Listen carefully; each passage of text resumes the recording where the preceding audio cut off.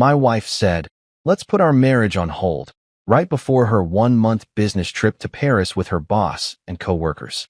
She slept with her boss at her trip thinking I wouldn't know and be home sulking like a lost puppy. But when she returned from her pause, she found I'd pressed play on a new life without her. Look, I've sat through some awkward dinners in my life. There was that time my mom served undercooked chicken and we all pretended food poisoning was just a coincidence. There was the Thanksgiving when Uncle Jerry announced he was joining a cult, right between the mashed potatoes and pumpkin pie. But nothing, and I mean absolutely nothing, could have prepared me for the conversational grenade my wife lobbed across the dinner table on a random Tuesday night in our cramped apartment with the peeling wallpaper and that one light fixture that flickers like it's possessed. We weren't even at some fancy restaurant where dramatic announcements are practically encouraged, where the ambient lighting and overpriced wine give you permission to blow up your life with a side of truffle fries. Nope. We were at home, sitting on our IKEA chairs that we'd assembled wrong 3 years ago and never bothered to fix, eating leftover pasta that had seen better days, and our Wi-Fi was doing that thing where it pretends to work but actually just mocks your existence. You know, a completely normal evening in suburban purgatory.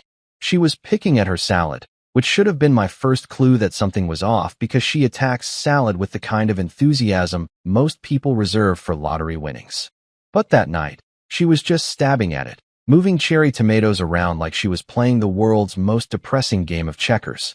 I was halfway through my carbonara, trying to decide if reheated pasta could legally be considered a war crime, when she just said it. No preamble, no warning, no, "Hey, we need to talk," buffer zone that gives you at least 30 seconds to brace for impact. Let's put our marriage on hold for a while. I'm pretty sure I stopped chewing mid-bite. The words just hung there in the air between us.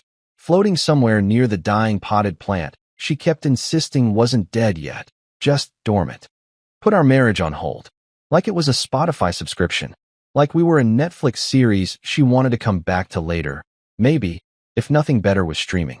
I blinked at her, a piece of pasta probably still visible in my half-open mouth because I'm nothing if not attractive during emotional bombshells. On hold, I finally managed to say, my brain doing that thing where it tries to process information but instead just plays elevator music. Like we're buffering? She had the audacity to sigh at me, this long-suffering exhale like I was the one being difficult, like I was the one who just suggested we hit pause on our entire relationship like it was a YouTube video. "It's just for a month," she said, still murdering that salad with her fork. "I'll be in Paris for work. My boss insists I go. It'll give us both some clarity." Clarity. That magical adult word that people throw around when what they really mean is, I want to do whatever I want without technically being the bad guy. It's like the grown-up version of "it's not you, it's me," except with better vocabulary and probably wine tasting involved. She was going to Paris, the city of love and infidelity and overpriced baguettes, to find clarity about our marriage. Sure, made perfect sense. About as much sense as using a flamethrower to look for a gas leak. I should mention that this work trip had been mentioned exactly 0 times before this moment. No, "Hey honey, my boss might send me to Paris." No, there's a possibility of international travel. Just straight from, "What do you want for dinner?" to "I'm abandoning ship for 30 days. Au revoir." For a second, I considered my options. I could argue. I could ask questions. I could demand to know when exactly this became a unilateral decision, when marriage turned into a democracy of one. I could have pointed out that "my boss insists" is code for "I want to," and I'm using work as an excuse because you can't argue with career opportunities. I could have mentioned that Paris in the spring is where marriages go to die, not find clarity. But you know what? I was tired. Bone deep, soul-crushingly tired of pretending that everything was fine when we both knew our marriage had been on life support for months, kept alive only by joint Netflix accounts and shared Amazon Prime. So instead, I did something she absolutely wasn't expecting. I smiled. Not a big smile, just this small, knowing curve of my lips that probably looked more unsettling than reassuring. "Sure," I said, picking up my fork and twirling some more pasta. "I'll just pause my emotional subscription then. Don't worry, I won't cancel the auto-renew." The confusion on her face was something I wish I'd photographed. She'd clearly spent time rehearsing this conversation in her head, probably in the shower or during her morning commute, playing out all the possible reactions. She'd prepared for tears. She'd braced herself for begging, maybe some light pleading, possibly a full-scale emotional meltdown complete with accusations, and that thing where I bring up stuff from 3 years ago that's technically irrelevant but feels important in the moment. She'd probably even practiced her sympathetic but firm face in the mirror, the one she uses when she's about to be cruel but wants to feel justified about it. What she hadn't prepared for was complete and utter acceptance. Casual, almost cheerful acceptance. The kind of response you give when someone asks if you want fries with that, not when your spouse announces they're hitting the pause button on your marriage to gallivant around Europe. I went back to my carbonara, which had gotten cold but honestly tasted better than the conversation. "You want extra Parmesan?" I asked, gesturing to the shaker on the table, the one we'd gotten as a wedding gift from her aunt who'd been divorced 3 times and clearly knew something we didn't. She just stared at me like I'd started speaking ancient Greek. Her mouth opened, then closed, then opened again. If I didn't know better, I'd say she looked almost disappointed that I wasn't fighting for us, wasn't making this dramatic, wasn't giving her the big emotional scene that would have made her feel important, desired, worth the guilt she was clearly trying not to feel.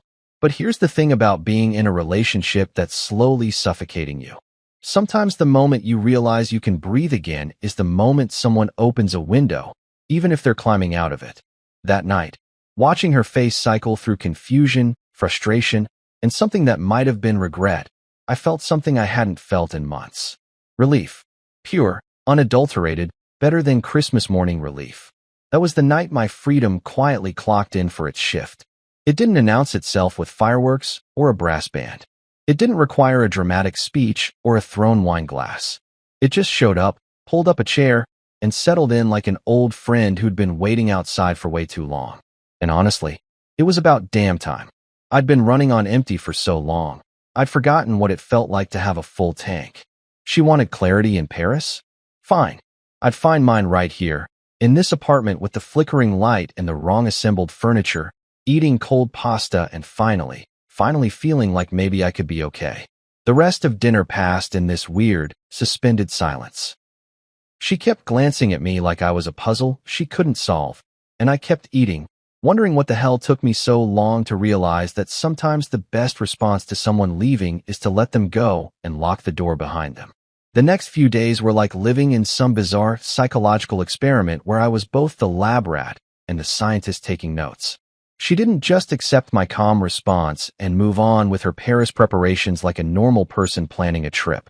Oh no, that would have been too easy, too straightforward, too lacking in the kind of manufactured drama that had become our relationship's signature move. Instead, she kept testing me, poking at me like I was a sleeping bear she was trying to wake up, dropping little conversational grenades disguised as innocent observations about her upcoming adventure. "The hotel has this amazing view of the Eiffel Tower," she'd mention casually while folding her clothes, watching me out of the corner of her eye like a hawk monitoring its prey. "I'll probably spend a lot of evenings on the rooftop terrace with the team." She said team, the way other people say lottery winnings, with this breathy excitement that made my bullshit detector start screaming like a car alarm in a quiet neighborhood. Translation: unlimited wine, questionable boundaries with co-workers named Philippe or Jean-Luc, and zero accountability, because what happens in Paris stays in Paris, right?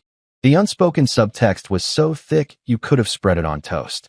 She wanted me to react, to get jealous, to show some sign that I cared about her gallivanting around the city of love while our marriage was apparently on pause like a podcast episode you'll definitely get back to eventually, but probably won't. But I just nodded and said, "That sounds nice. Don't forget to take pictures."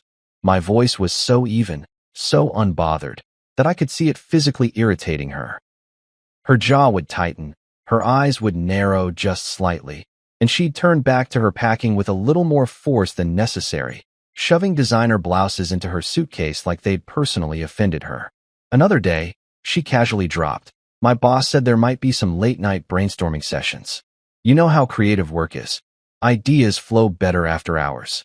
She was testing the waters, seeing how much she could push, how far she could go before I'd snap and give her the reaction she was clearly craving. I just smiled and said, "Totally get it. Brainstorming at midnight in Paris. Very professional. Very normal. Hey, you want me to pack your laptop charger? The sarcasm was so subtle it was practically invisible, but I could tell it landed because she got this little crease between her eyebrows that only shows up when she realizes she's not getting what she wants. I played it cool through all of it.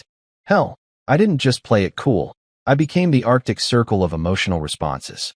I helped her pack her suitcase, carefully folding her clothes the way she liked them because apparently there's a wrong way to fold a sweater and I'd been doing it wrong for 7 years.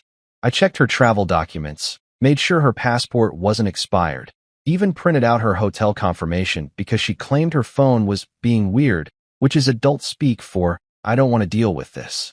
On the morning she was leaving, I wished her bon voyage with the kind of enthusiasm you'd use to wish someone a pleasant dentist appointment. I even tossed in travel-size hand sanitizer, a sleep mask, and some of those neck pillow things that never actually work but make you feel like you're prepared for anything. You know, I said, handing her the little care package, just in case of whatever happens in Paris.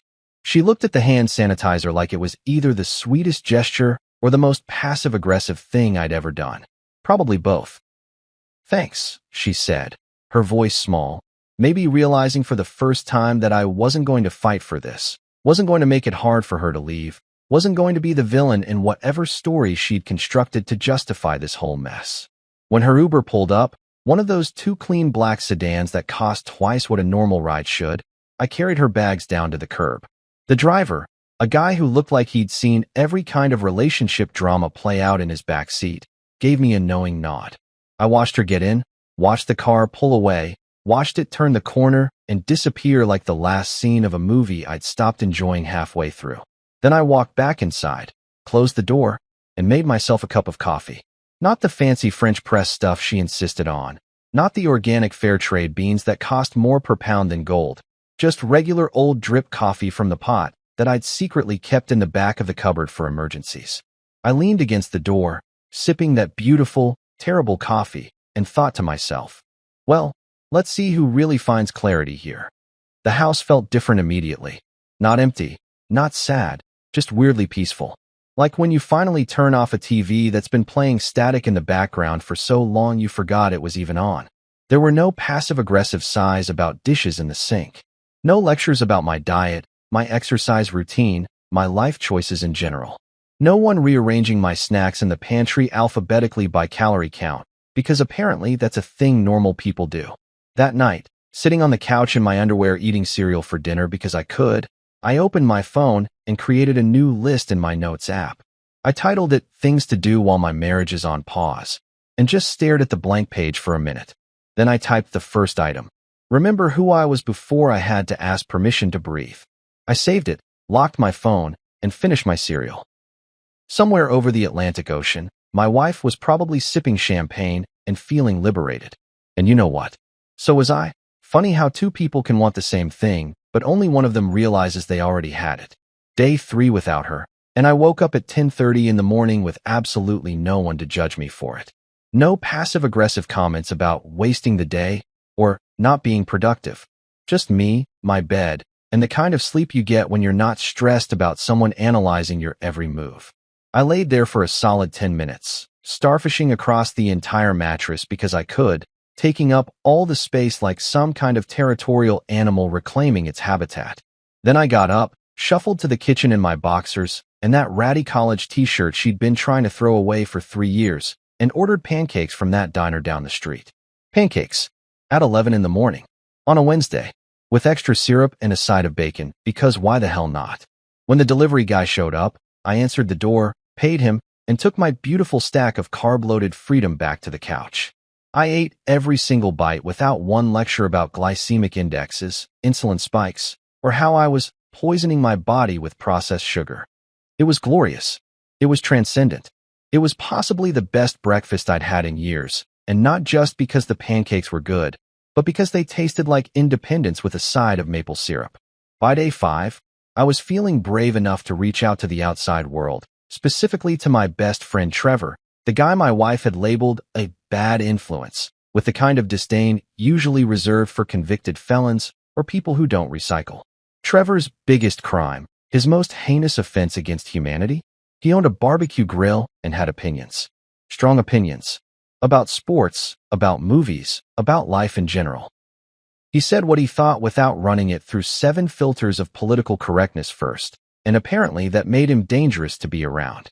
She'd spent years trying to minimize my time with him, always scheduling things during our planned hangouts, always having some emergency that required my immediate attention whenever I mentioned grabbing a beer with him. But she was in Paris, probably sipping wine on some rooftop and pretending to brainstorm. So I called him. The phone barely rang twice before he picked up. "Dude, are you alive? I was starting to think you'd been kidnapped or joined a monastery or something." "Neither," I said, grinning at nothing in particular. "Just been married. But I've got news." I told him about the pause, about Paris, about the whole "we need clarity" speech that had turned into the best accidental gift I'd received in years. When I finished, there was this moment of silence, and then Trevor burst out laughing. Not a polite chuckle, but full-on, gasping for air, probably disturbing his neighbor's laughter that went on for a solid 30 seconds. "Buddy," he finally managed to say, "that's not a pause. That's a pre-download for a breakup. She's literally beta testing the single life before committing to the full release." I thought about that for a second, spinning my coffee mug on the counter. "Cool," I said. "I'll upgrade to the premium version then. The one called Peace." Trevor lost it again, and honestly, it felt good to laugh with someone who wasn't constantly monitoring my emotional temperature or analyzing my responses for hidden meaning. "Dude, we're going out for drinks," he declared. "Tonight. No excuses. No checking in. No asking permission. You're a free man for a month, minimum, and we're celebrating your parole." And here's the thing, the really sad, pathetic thing that I didn't realize until that exact moment. I said yes without fear. Without that immediate anxiety spike that came from wondering how I'd be interrogated later. Without mentally preparing my defense for why I wanted to spend time with my own friend. I just said yes, like a normal human being making normal social plans, and it felt revolutionary. 7 o'clock, Trevor said. "Miller's Tavern. Or something that isn't approved by the fashion police." I hung up and looked around my apartment, really looked at it for the first time in days. It wasn't cleaner or messier than usual. It wasn't decorated differently. Nothing physical had changed. But it felt different, lighter somehow, like someone had opened all the windows and let out air that had gone stale without anyone noticing. I hadn't realized how many questions I'd been asking over the years. May I go out with friends? May I order the burger instead of the salad? May I watch the game? May I exist in a way that doesn't conform to your exact specifications for how a husband should behave? Turns out, permission is addictive in the worst way. You start asking for it. Then you need it. Then you can't function without it. Until one day you wake up and realize you've outsourced your entire decision-making process to someone else. It's like those people who can't fall asleep without white noise or a specific pillow. Except instead of a pillow, it's another person's approval, and instead of sleep, it's your entire life. Going cold turkey from that. Best decision I never knew I was making. That night, getting ready to meet Trevor, I put on jeans with a hole in the knee and a flannel shirt that had seen better days. I looked in the mirror and barely recognized the guy looking back at me. Not because I looked different, but because I looked comfortable, relaxed, like myself, whoever that was. I grabbed my keys, my wallet, and walked out the door without checking my phone for texts, without sending a courtesy message about where I was going, without seeking permission from anyone. Freedom, I realized, tastes a hell of a lot better than Parisian wine. A week into her Parisian adventure, my phone buzzed with a text that radiated fake enthusiasm so strongly I could practically smell the bullshit through the screen. "Settled in. Paris is magical. The architecture is breathtaking and the food is incredible." 3 exclamation points. That's how you know someone's trying too hard to convince themselves they're having a good time, or more likely, trying to make you think they're having a good time. Like posting, "living my best life," on social media while crying in a Target bathroom. I stared at the message for a minute, debating my response options. I could go with the classic, "That's great, honey," which would be lying. I could hit her with "cool story, bro," which would be honest, but maybe too aggressive. Instead, I went with something right in the middle, perfectly calibrated to match her energy, while subtly letting her know I was doing just fine without her reality show updates. So is my couch. Fewer baguettes, same emotional distance. I hit send before I could second-guess myself. then immediately muted the conversation because I didn't need to see her response. Whatever it was, it would either be defensiveness disguised as hurt feelings or confusion disguised as concern, and honestly, I didn't have the energy to decode her emotional hieroglyphics anymore. Then came the silence. 3 full days of absolutely nothing from her end, which was fascinating considering she usually texted me about 17 times a day about everything from traffic patterns to whether we needed more paper towels. The silence spoke volumes, entire encyclopedias worth of subtext that I didn't need a translation guide to understand. She was either furious, guilty, or busy, and my money was on some combination of all three. But here's the beautiful thing about the digital age and my wife's complete inability to understand privacy settings.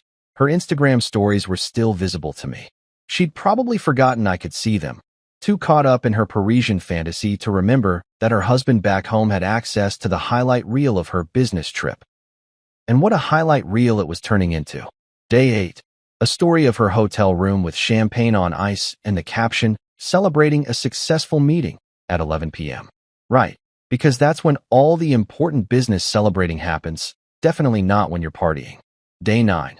A blurry video of what appeared to be a hotel bar, lots of people laughing, glasses clinking, and if I wasn't mistaken, that was definitely her voice in the background saying something in terrible French that probably translated to "more wine.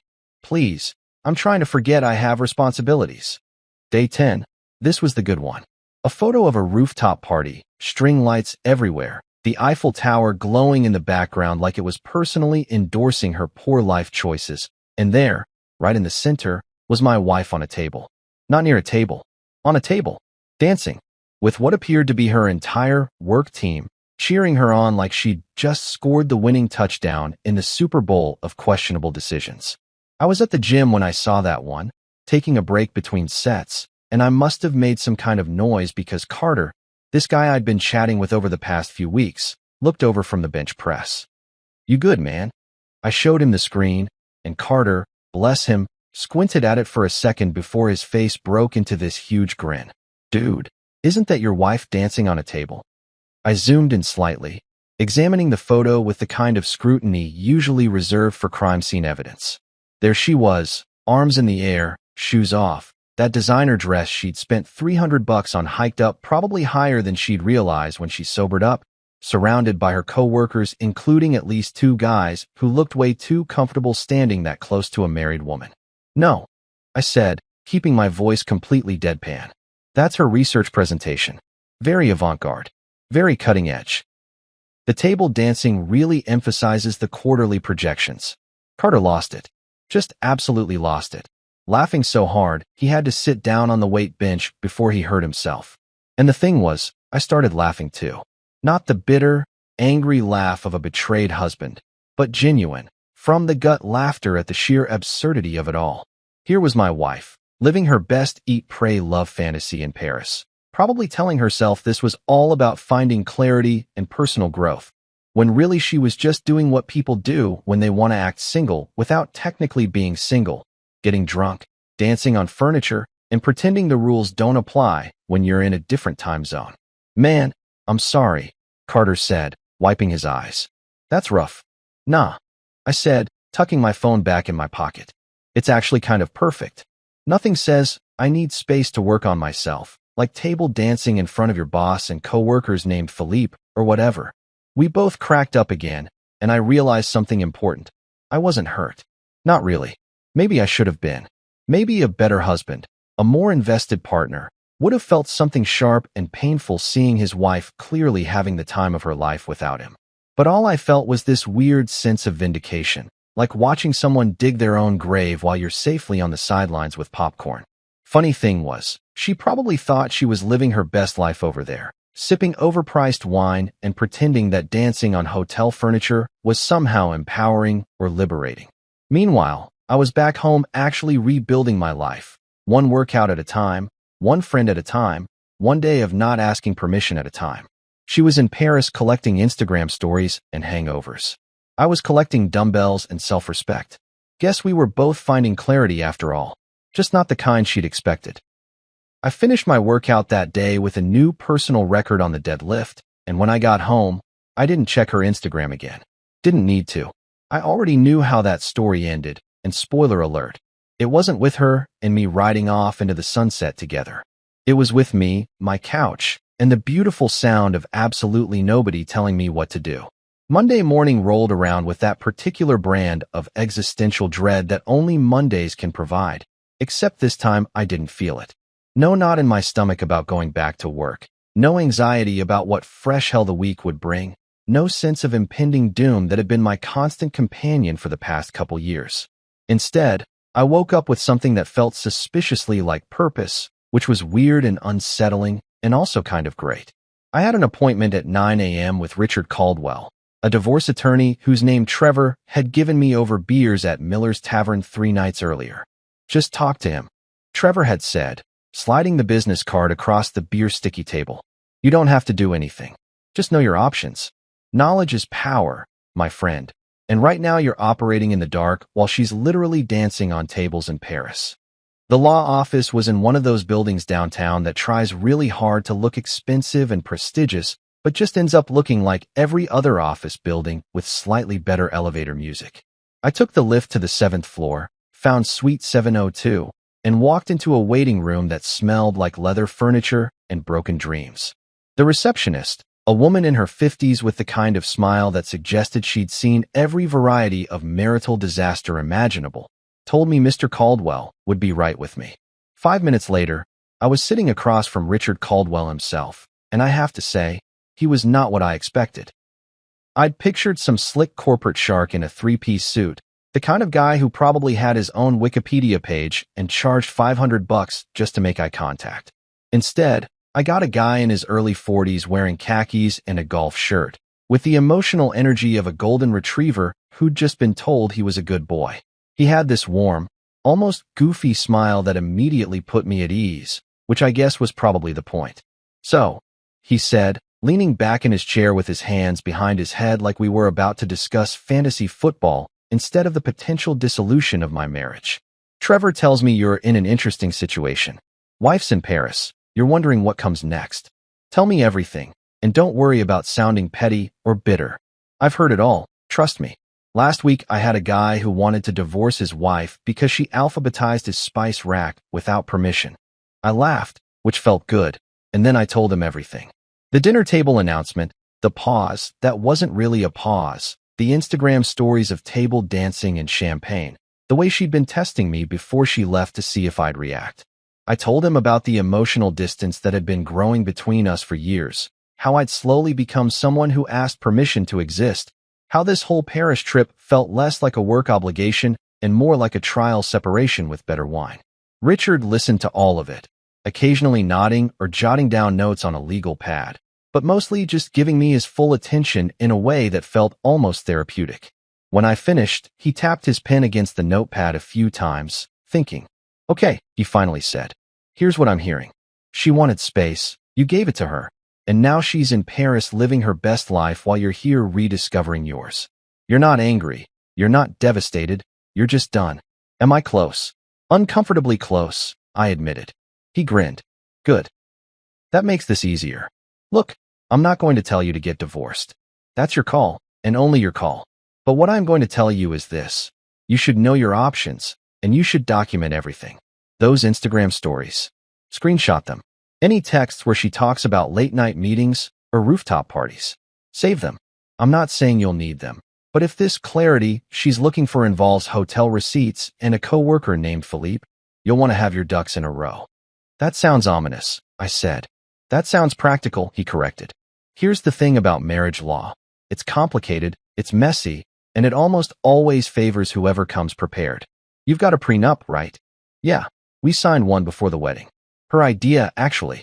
She made more money than me back then and wanted to protect her assets. Richard's grin got wider. Oh, this is beautiful. So she protected herself from you. And now that protection might end up working in your favor. The universe has a sense of humor, I swear. Look, I'm not saying you should do anything right now. You're not ready, and that's fine. But come back and see me in a couple weeks. In the meantime, document everything. Don't engage in any big emotional conversations over text. And for the love of God, don't let her convince you that you're the bad guy here if this thing goes south. We talked for another 20 minutes about logistics, timelines, and what a divorce would actually look like if it came to that. By the time I left his office, I didn't feel scared or anxious or even sad. I just felt informed, which was a hell of a lot better than feeling helpless. I wasn't planning revenge or plotting some grand scheme to hurt her back. I was just planning boundaries, the kind that come with legal signatures and official documentation. On the way home, I stopped at this little coffee shop I'd never been to before, one of those hipster places with exposed brick and baristas who take their coffee way too seriously. I ordered a latte, found a seat by the window, and just sat there for a while, watching people walk by, living their lives, dealing with their own drama. And I realized something sitting there with my overpriced coffee. Coffee tastes better when it's not brewed with resentment. When you're not drinking it while mentally preparing for another day of walking on eggshells, another day of being someone you're not, another day of pretending everything is fine when it's obviously not.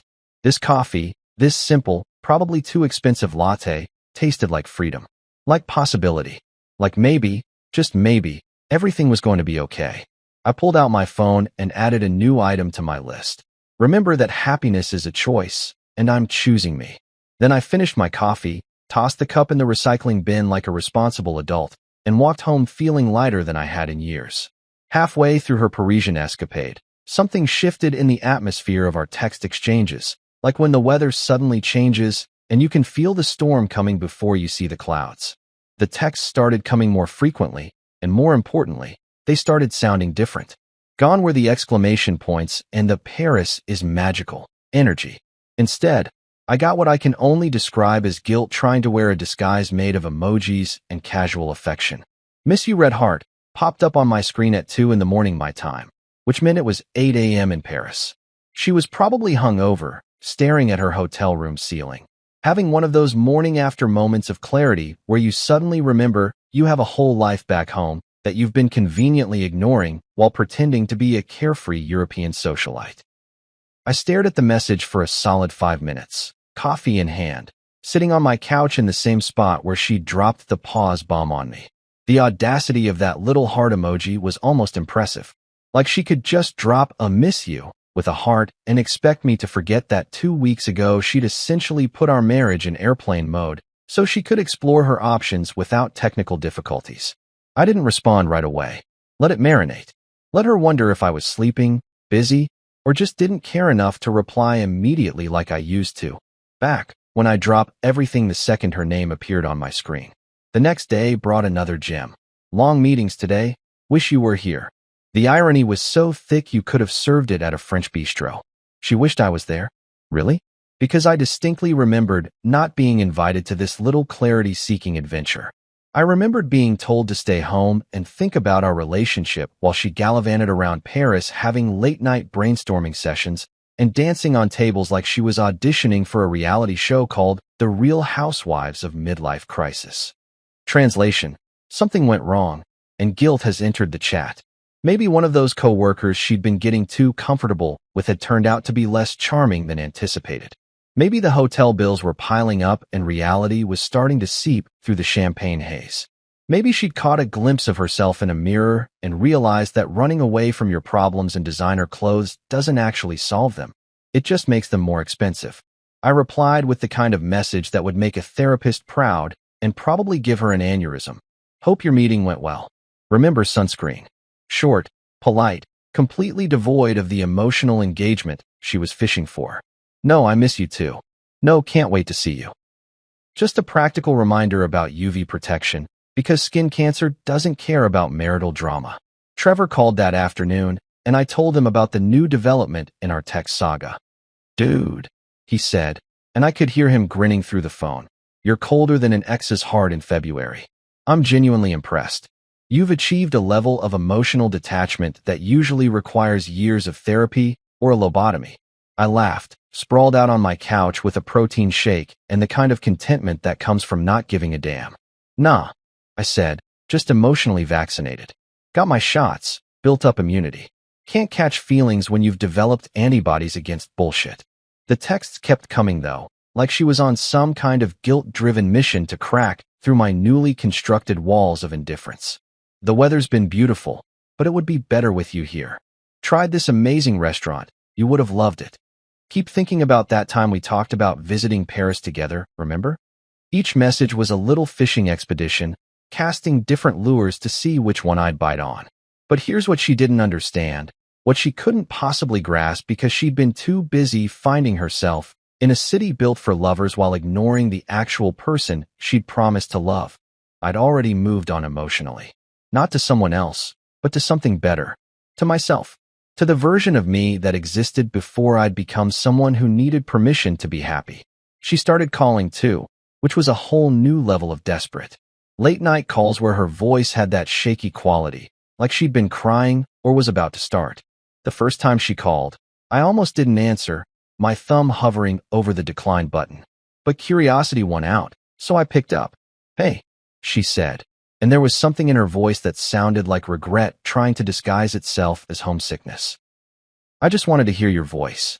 Is that okay?" I leaned back against the couch cushions, staring at the ceiling. "Sure," I said, my voice neutral, like she was a telemarketer asking if I had a minute to talk about my car's extended warranty. "How's Paris?" It's fine. Good. I mean, it's beautiful, but..." She trailed off, waiting for me to fill the silence, to ask what was wrong, to give her an opening to unload whatever guilt or confusion or second thoughts she was having. I didn't. I just waited, listening to her breathe on the other end of the line, probably sitting on that hotel room bed with the Eiffel Tower view she'd been so excited about, realizing that Instagram-worthy scenery doesn't fill the void of poor life choices. "I should go," she finally said. "Early meeting tomorrow." "Okay," I said. "Take care." "That's it. Just take care?" I smiled, even though she couldn't see it. "You wanted space. I'm giving you the Eiffel Tower of it. All 300 meters of it." There was a pause, long enough that I thought she might have hung up. Then she said, her voice small and confused, "You've changed." "Yeah," I agreed. Funny how that works when you're not constantly trying to be someone you're not. "Good night." I hung up before she could respond, set my phone face down on the coffee table, and went back to the book I'd been reading. She didn't laugh at my Eiffel Tower joke, but I did. And honestly, that was all that mattered. Somewhere in Paris, my wife was probably having another one of those moments where she realized that actions have consequences and dramatic gestures sometimes backfire spectacularly. Meanwhile, I was home, in sweatpants, reading a book about woodworking and feeling more at peace than I had in years. She could keep her Parisian clarity. I'd found mine right here, 3,000 miles away, in the simple act of not giving a damn anymore. 2 weeks into what was supposed to be a month-long journey of self-discovery and corporate brainstorming, my phone lit up with a text that had all the subtle warning signs of an incoming disaster. "Flying back early. We need to talk." No emoji. No exclamation point. No "can't wait to see you," or "miss you so much." Just that ominous phrase that has probably preceded every difficult conversation in human history. "We need to talk." I screenshot the message and sent it to Trevor, who responded within seconds with a series of laughing emojis followed by, "Guess the vacation Wi-Fi ran out." I was sitting at my newly acquired woodworking table, sanding down a piece of oak I was turning into a bookshelf, and I actually laughed out loud.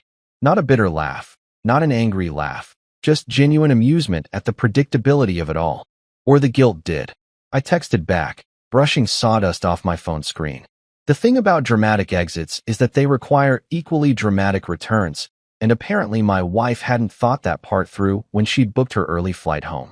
She'd probably imagined swooping back into our apartment, transformed by her Parisian experience, ready to fix everything or end everything or whatever she decided during her wine-soaked soul-searching sessions.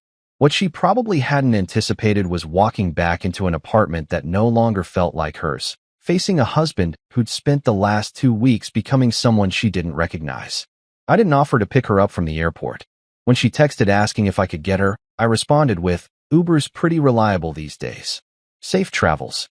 Short, practical, and completely void of the eager-to-please energy I used to radiate whenever she needed something. The old me would have rearranged my entire day, left work early, probably brought flowers to the arrival's gate like some kind of rom-com protagonist welcoming his beloved home. The new me? The new me had a woodworking project to finish and absolutely zero interest in playing the part of the devoted husband for someone who'd literally asked to put our marriage on pause. She arrived on a Thursday afternoon, her Uber pulling up outside our building at exactly 3:15. I know because I was watching from the window, coffee in hand, curious to see what version of her would emerge from that car. And let me tell you, she looked different. Not different in a good way or a bad way, just different. She was wearing clothes I'd never seen before, expensive-looking stuff that screamed, I went shopping in Paris to fill the void. Her hair was styled differently, more sophisticated maybe, more European. She had on sunglasses even though it was overcast, which is the universal signal for, I either have a hangover or I've been crying or both. I watched her struggle with her luggage for a moment. That massive suitcase she'd packed so carefully 2 weeks ago, now looking even more stuffed, probably full of guilt purchases and souvenirs from a trip that hadn't gone the way she'd planned. Part of me, a very small part that still remembered being married to this person, considered going down to help her. But the larger part, the part that had spent 2 weeks rediscovering what it felt like to not be constantly managing someone else's emotions, stayed right where I was. When she finally made it up to our apartment, fumbling with her keys like she wasn't quite sure she still had the right to use them, I opened the door before she could.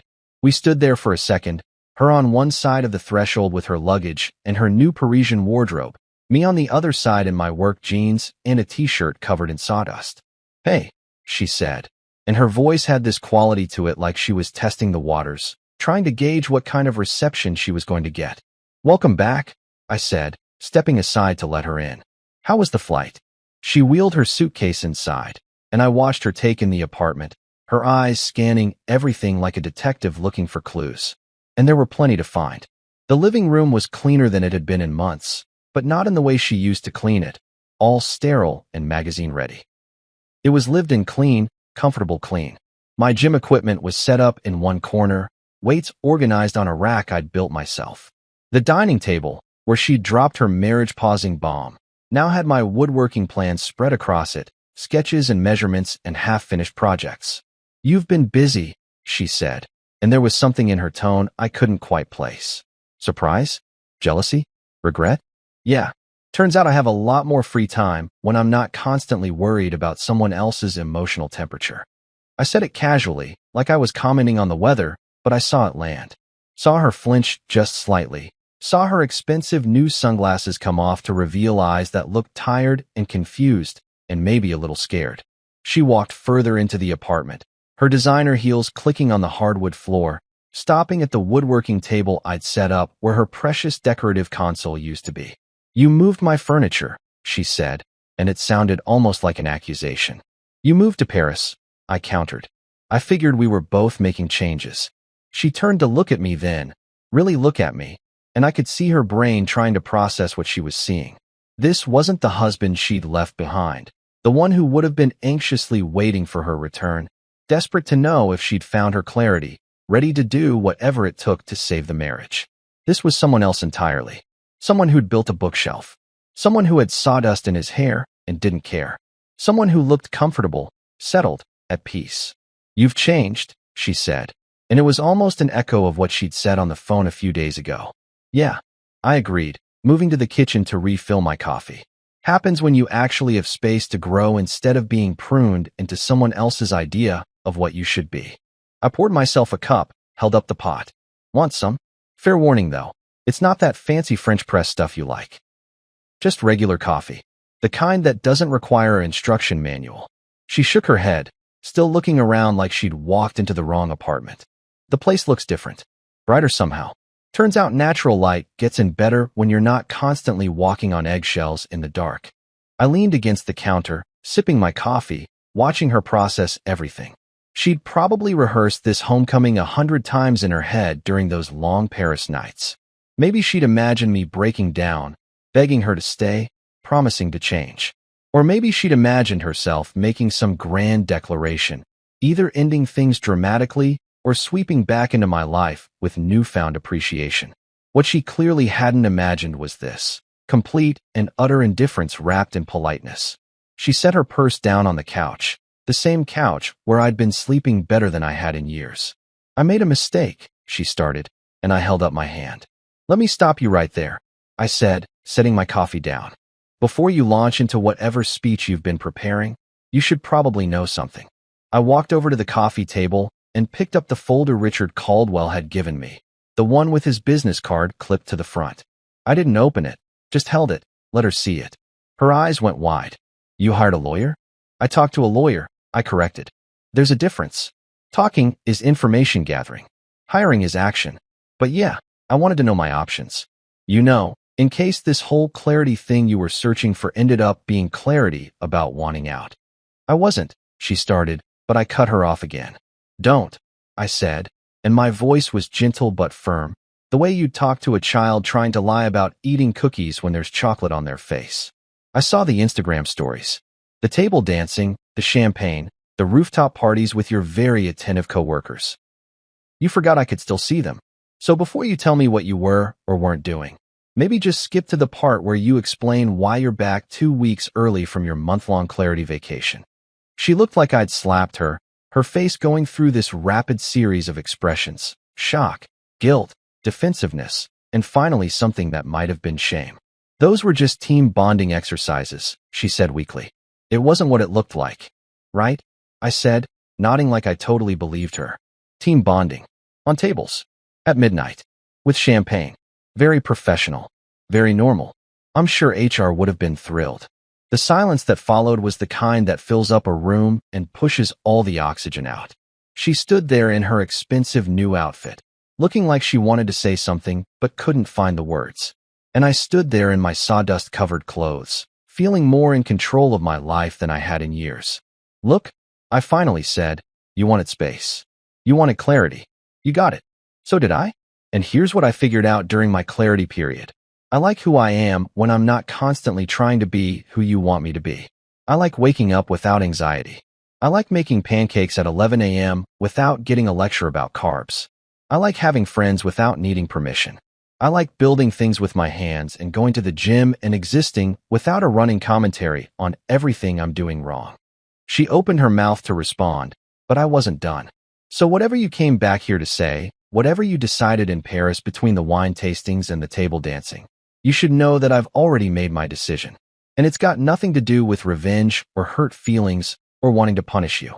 It's just about choosing peace over drama and myself over whatever this has become.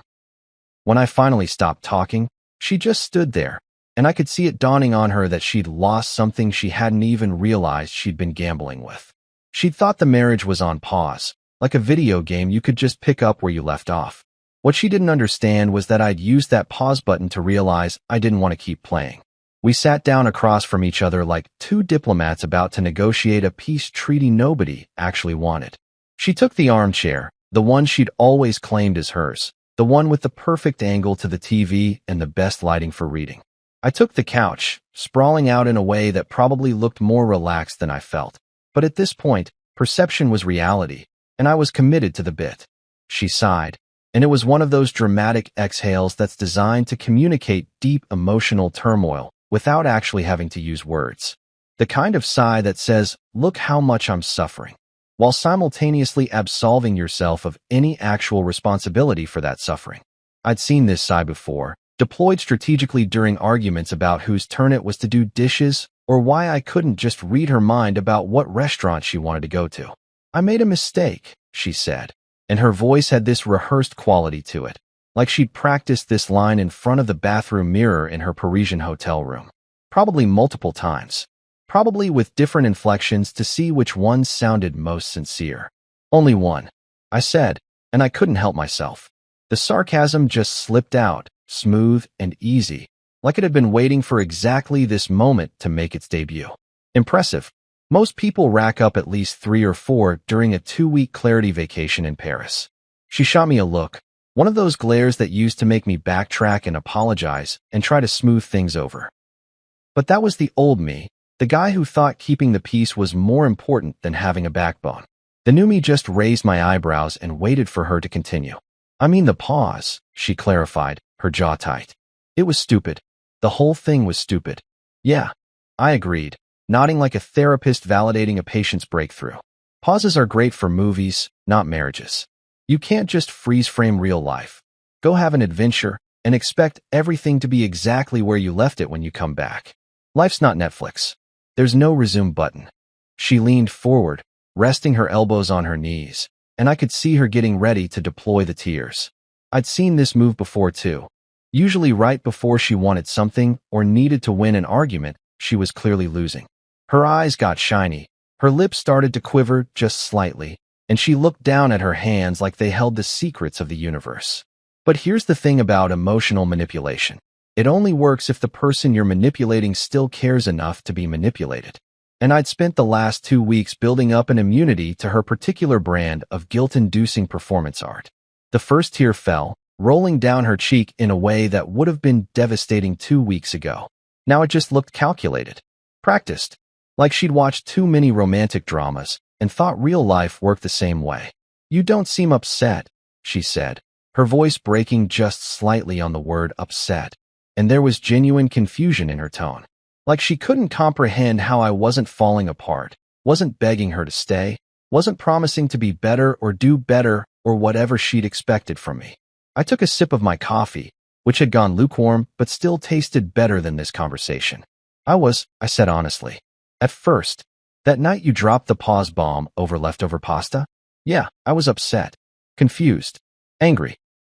All the standard emotions you're supposed to feel when your spouse announces they're putting your marriage in airplane mode. I paused, watching her watch me, and I could see her waiting for the but that would signal I'd forgiven her, that we could move past this, that everything would go back to normal. But then I remembered something. I continued, and this was the part I'd been waiting to say, the words I'd been rehearsing in my own bathroom mirror. I like peace more than panic.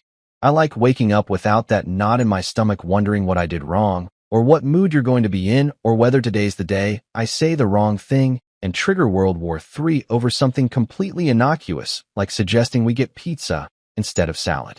Her tears stopped, just like that, like I'd flipped a switch. The vulnerability vanished, replaced by something harder, sharper. "That's not fair," she said. "I wasn't that bad. You asked me to pause our marriage so you could fly to Paris and find clarity," I said, my voice level and calm. "You danced on tables at midnight with coworkers while posting it to social media that you forgot I could see. You sent me guilty texts at 2 in the morning saying you missed me while simultaneously living your best single life in the most romantic city in the world. So maybe not that bad is relative, and we have very different definitions of what constitutes reasonable behavior in a committed relationship." She opened her mouth to respond, probably with some rationalization about how I was twisting things or taking them out of context or how those Instagram stories didn't mean what they clearly meant. But I wasn't done yet. I reached over to the coffee table and picked up the folder again, the one with Richard Caldwell's business card prominently displayed. I set it down between us, right in the middle of the coffee table, like a chess player making a decisive move. "You met with a lawyer," she said again, and this time her voice had an edge to it. Not sadness, anger, like I was the one who'd done something wrong by protecting myself, while she was off finding clarity in champagne bottles and hotel rooftops. "I talked to a lawyer," I corrected again, because apparently we needed to be very precise about terminology here. "And you know what he told me?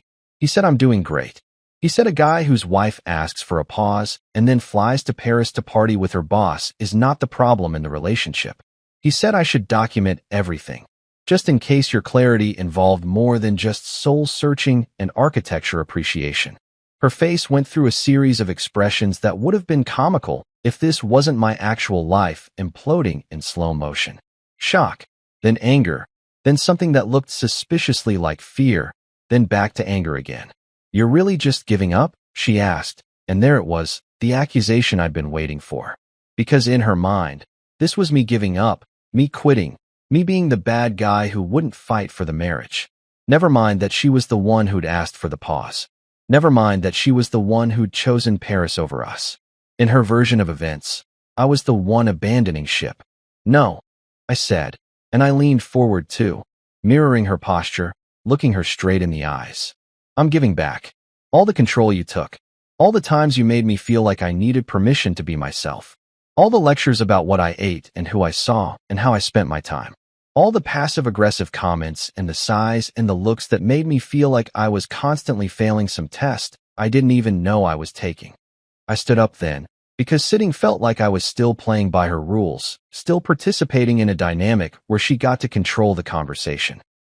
I walked over to the window, looked out at the street below where regular people were doing regular things, living regular lives that probably didn't involve this level of drama. "Here's the thing you don't seem to understand," I said, still facing the window because it was easier to say this without looking at her. "You thought you were taking a break from me, but what you actually did was give me a break from you. And I realized something during that break. I realized that I've been so busy trying to be the husband you wanted that I forgot to be the person I am. And that person? He's actually pretty decent. He likes building stuff with his hands. He has friends who make him laugh. He can eat pancakes at 11 a.m. without an ethics debate about simple carbohydrates." I turned back to face her, and she was staring at me like I was a stranger, which was fair because in a lot of ways I was. The person standing in front of her wasn't the same guy who'd smiled and said sure when she announced her Paris plans. That guy had been tired and worn down and willing to accept whatever scraps of affection she threw his way. This guy had spent 2 weeks remembering what self-respect felt like. "So when you ask if I'm giving up," I continued, "what you're really asking is whether I'm willing to go back to being the person who asks permission to breathe. And the answer is no. Hard no. That version of me is retired." He put in his notice, cleaned out his desk, and left without a forwarding address. She stood up too, and for a second I thought she might actually leave, just walk out and make this whole thing easier. But instead, she tried one more angle, one more approach. "What about counseling?" she asked, and her voice had shifted again, now going for reasonable and solution-oriented. "We could try therapy, work on things. I know I messed up, but we've been together for 7 years. That has to mean something." "It does mean something," I agreed. "It means I spent 7 years slowly losing myself in someone else's expectations. And now I've spent 2 weeks finding myself again. So you're asking me if I want to go to counseling to fix what's broken, and I'm telling you that what's broken is the entire foundation of how we relate to each other." I walked back to the couch, sat down, and looked at her standing there in her expensive Paris outfit, looking lost and confused and maybe, for the first time, understanding that she'd played a game and lost without even realizing she was gambling. "I think you should stay somewhere else tonight," I said quietly. "Maybe with your friend Melissa. Or get a hotel. But I need space now. Real space. Not the fake Paris kind where you're just testing the waters. The kind where we both figure out what we actually want instead of what we think we're supposed to want." She didn't cry again. Didn't argue. She just stood there for a long moment, and I could see the gears turning in her head, calculating her next move, trying to figure out how to salvage this. But there was nothing to salvage. The marriage she'd put on pause had expired while she was gone, like milk left out too long on a warm counter. "I'll pack a bag," she finally said, her voice small and defeated. I nodded and watched her walk to the bedroom, heard her opening drawers and closet doors, the sounds of someone packing for a trip they never planned to take.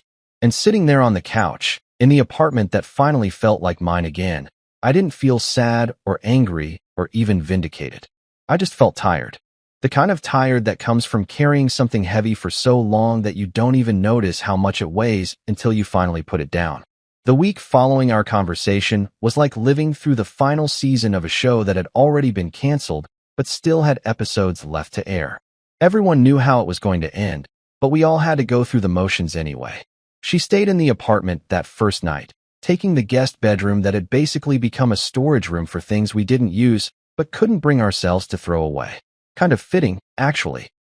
The next morning, she was gone before I woke up, and when I checked my phone, there was a text saying she was staying with her friend Rachel for a while.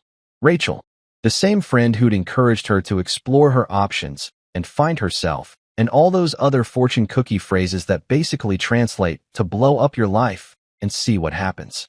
I texted back a thumbs up emoji and went about my day, which now included an uninterrupted morning routine that felt like a luxury I hadn't known I was missing. But she wasn't going quietly into that good night. Oh no. The voicemail started almost immediately, a greatest hits collection of emotional manipulation spanning the full range of human desperation. The first one came at 11 a.m. "Hey, it's me. I know you're probably busy, but can we talk? Like really talk? I think there are things we need to say to each other." Her voice had that carefully constructed casual tone that was supposed to sound spontaneous, but had clearly been rehearsed. I deleted it without responding. By 3 p.m., I got another one. I just want you to know that I'm sorry. Really, truly sorry. I know I messed up. Can we please just meet for coffee? Just coffee. No pressure. I promise. The promise at the end was almost cute, like she thought her promises still held currency in my world. Deleted. That evening brought the anger phase. You know what? You're really just giving up? After everything? After 7 years? I thought you were stronger than this. I thought you actually cared about us. The irony of her accusing me of giving up when she was the one who'd literally flown to another country to escape our marriage was so thick you could have built furniture out of it. Deleted. The next day cycled through variations of the same themes. Sadness. I miss you. I miss us. I miss who we were together. Bargaining. What if we tried counseling? What if we gave it another shot? People work through worse than this. Guilt. How can you just throw away everything we built? Don't those years mean anything to you? Each voicemail got added to my new collection, a digital museum of someone slowly realizing that the world doesn't stop spinning just because you decided to step off. I didn't respond to any of them. My new rule, courtesy of Richard Caldwell's sage advice, was simple: no communication after emotional combustion. Every conversation was an opportunity for her to manipulate, to guilt, to find some crack in my armor. So I didn't give her the opportunity. Trevor called it going ghost, and he was genuinely impressed. Most guys cave by day 3. He said over beers at Miller's Tavern, our new regular spot. They get hit with the I miss you texts and boom, they're back to square one, apologizing for having boundaries. Not this guy, I said, raising my beer. I've been vaccinated against bullshit, remember? Full immunity. Carter, who joined us for what was becoming our weekly tradition, laughed and clinked his bottle against mine. Dude, I've known you for what, 3 weeks? And even I can see the difference. You look like someone who actually sleeps at night. That's because I do, I admitted. Turns out, a good mattress and the absence of constant anxiety is better than any sleep medication on the market. By day 5 of the voicemail campaign, her friend Melissa reached out. Melissa, who I'd always actually liked, who seemed to be the only person in my wife's social circle with actual common sense. Hey, her text said, I know this is weird, but can we talk? Not about taking sides or anything. Just want to check in. We met for coffee at that hipster place where I'd had my revelation about resentment-free beverages. Melissa showed up looking uncomfortable, like she was about to defuse a bomb while wearing oven mitts. She ordered a latte. I got my usual, and we sat down at a corner table away from the other caffeine-dependent humans. So, she started, stirring her drink nervously, she's a mess. Yeah, I said. I figured. Like a real mess. Crying constantly, not eating, the whole dramatic breakdown thing. Melissa looked at me carefully, probably trying to gauge if this information would make me feel guilty or triumphant. She really thought you'd take her back. She thought the Paris thing would make you jealous enough to fight for her. I sipped my coffee, considering this. That's the problem right there. She thought this was about jealousy, about some game where whoever cares less wins. It was never about that.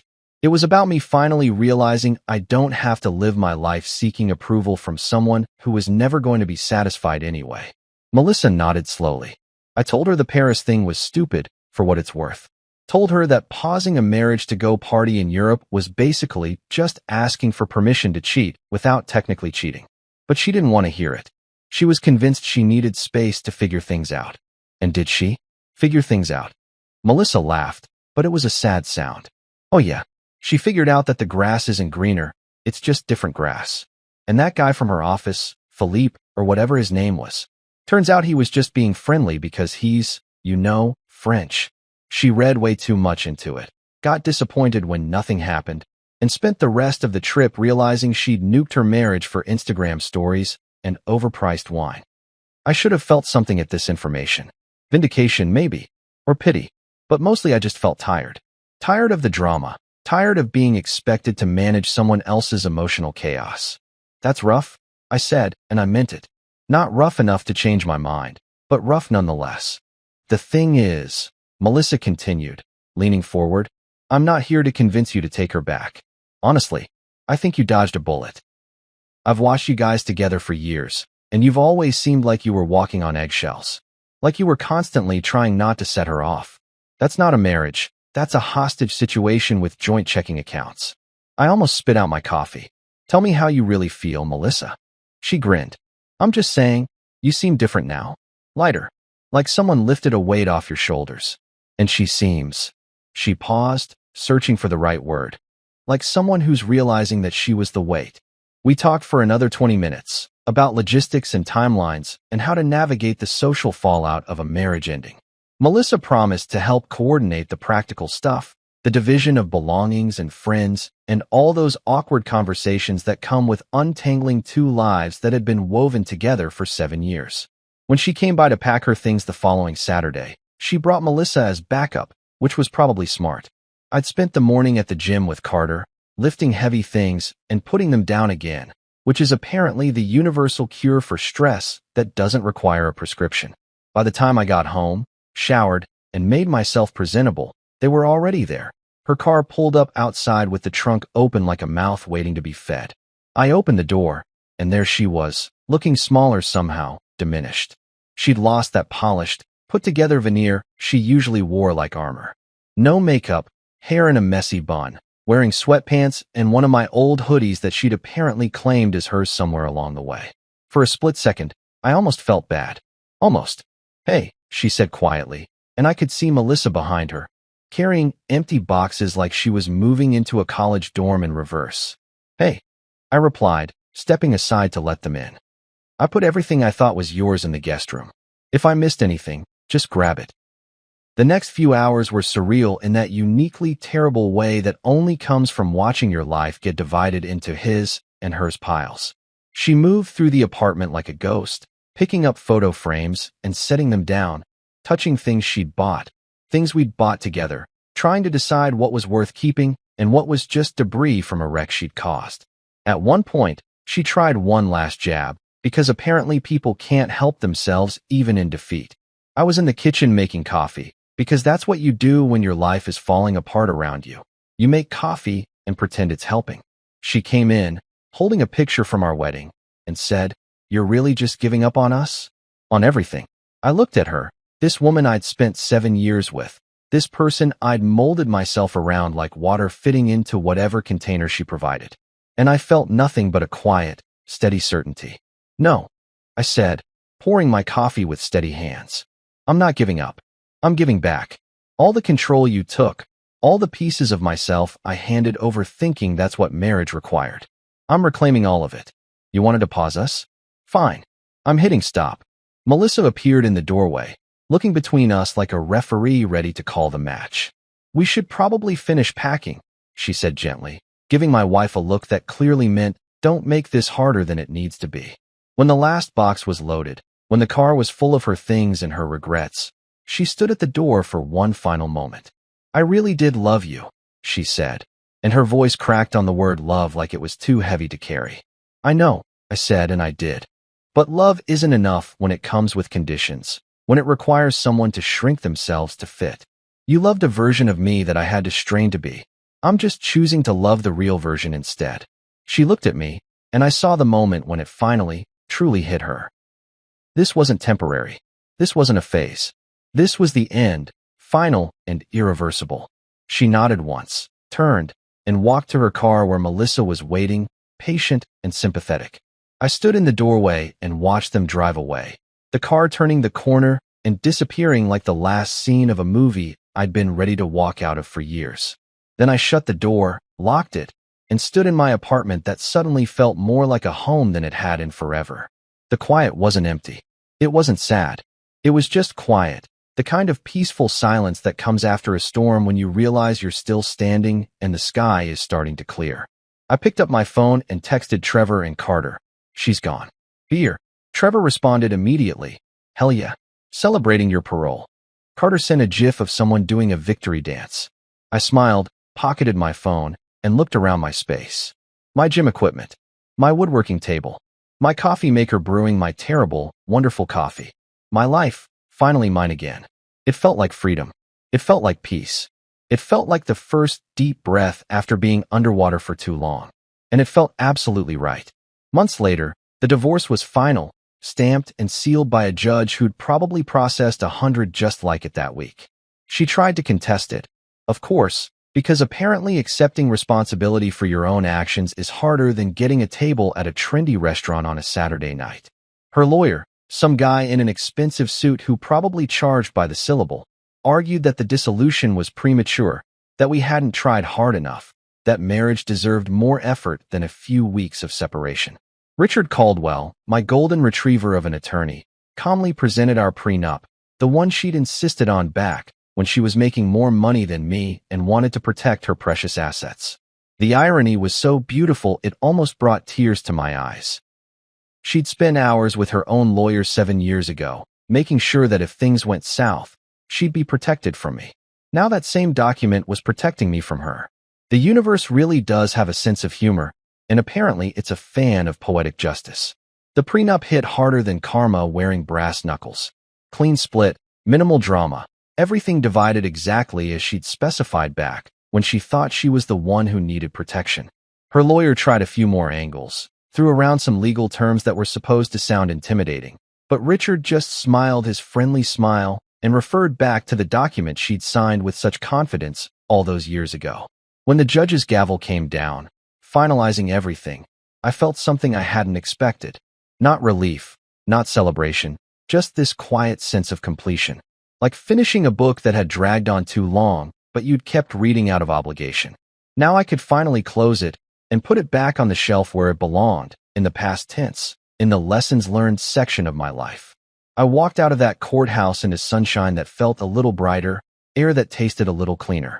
Trevor and Carter were waiting outside, leaning against Trevor's truck like they were the world's most supportive biker gang, minus the motorcycles and leather. When they saw me, they both grinned. "Free man walking," Trevor announced, like I was being released from prison, which wasn't entirely inaccurate. "How's it feel?" Carter asked. "Like I can finally breathe," I said, and it was the truest thing I'd said in months. We went to Miller's Tavern, our unofficial headquarters, and had exactly one beer to celebrate. Just one, because I had work to do, a life to build, and hangovers were for people who had time to waste. My small woodworking business had taken off in ways I hadn't anticipated. Turns out, people really like custom furniture made by someone who puts actual care into their work instead of just churning out particle board garbage. I'd started with that bookshelf, posted it online because why not? And suddenly I had orders coming in from people who wanted pieces that actually meant something. My apartment had transformed into this hybrid space that was part home, part workshop, part gym. The woodworking table dominated the dining area, covered in sketches and with samples and half-finished projects. The corner where her decorative console used to collect dust now housed my weight rack and bench press. The living room had become this comfortable, lived-in space that actually reflected who I was instead of who I was supposed to be. Carter and Trevor had become more than friends. They'd become brothers in arms, the kind of people who show up when you need them without being asked. We'd turned Thursday nights into our standing gym session, followed by dinner at whatever restaurant we felt like trying, no dietary restrictions, no calorie counting, just food and conversation and the kind of easy friendship that doesn't require performance or pretense. I'd even started dating, though dating was probably too strong a word.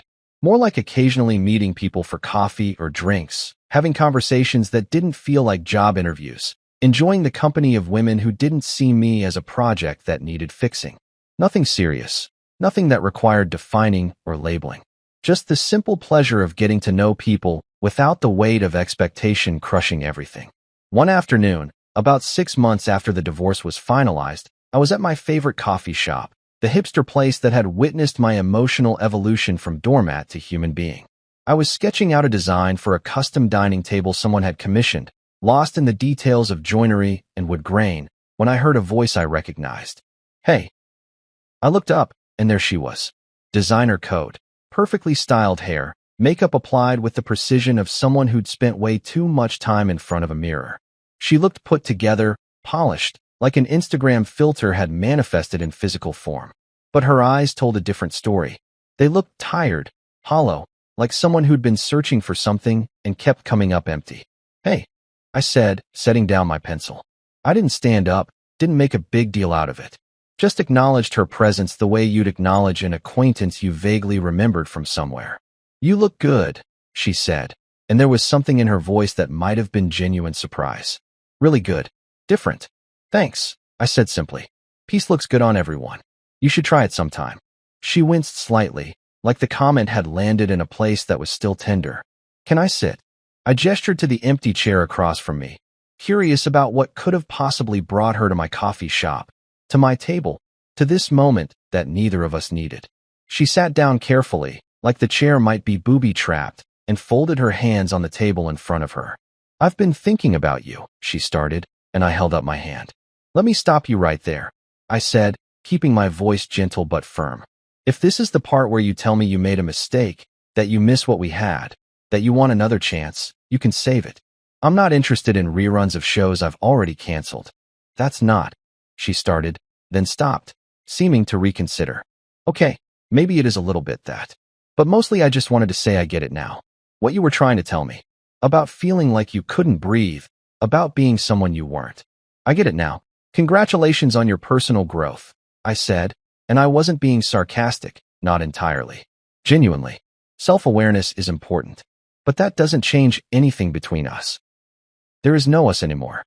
There's you, there's me, and there's a whole lot of distance between those 2 points that I have no interest in crossing. She looked down at her hands, those perfectly manicured fingers that probably cost more to maintain than my monthly coffee budget. "I know. I'm not asking for anything. I just wanted you to know that I'm sorry. Really sorry. For all of it.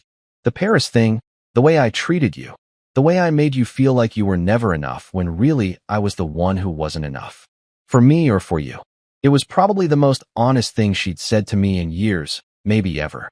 And you know what? It didn't change anything. It didn't make me want to reconsider, didn't make me miss what we'd had, didn't make me doubt my decision for even a second. It just made me feel a little bit sorry for her, for this person who'd spent so long trying to control everything that she'd forgotten how to just be. "I appreciate you saying that," I said, and I meant it. "I hope you find whatever you're looking for. I really do. But you're not going to find it by looking backward at what we used to be. That person you were married to? He doesn't exist anymore. He got demolished and rebuilt into someone better, someone who actually likes himself. And the person you are now? She's got her own work to do, her own demons to face. Neither of us can do that while holding on to what's already gone." We talked for maybe 2 more minutes, surface-level stuff about work and life, and how expensive rent had gotten. It was the kind of conversation you have with someone at a high school reunion, polite and distant, and ultimately meaningless. When she stood up to leave, she looked at me one more time with those tired eyes. "You really are different," she said. "Yeah," I agreed. "I really am."